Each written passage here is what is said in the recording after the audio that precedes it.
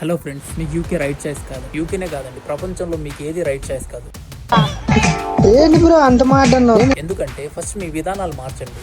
మనం చేసే ఇండియాలో చేసే పనులు ప్రతి ఒక్కటి ఇక్కడ మొత్తం చేంజ్ అవ్వాలి. ముందు మీ డిగ్రీ మీరు చదవండి. చాలామంది ఏమంటే మన వీసా వచ్చిన వెంటనే అన్నీ మర్చిపోయి కేవలం పార్ట్ టైమ్స్ చేసుకుంటా అసలు నెక్స్ట్ ప్లాన్ ఏంటి, మనం ఏం చేయాలి, మనం వచ్చిన పర్పస్ మర్చిపోతారండి ఇక్కడికి వచ్చి. అదే కాకుండా మన ఎడ్యుకేషన్ సిస్టమ్ దరిద్రం ఏమంటే మనకి లింక్డ్ఇన్ ఏంది, గిట్హబ్ ఏంది, మన ప్రొఫైల్ అనేది ఏ విధంగా స్ట్రాంగ్ చేసుకుంటే ఫ్యూచర్లో రిక్రూటర్స్ మనకి రీచ్ అవుట్ అవుతారు అనే బేసిక్ సిస్టమ్ లేదండి మనకి ఇండియాలో యూనివర్సిటీస్లో.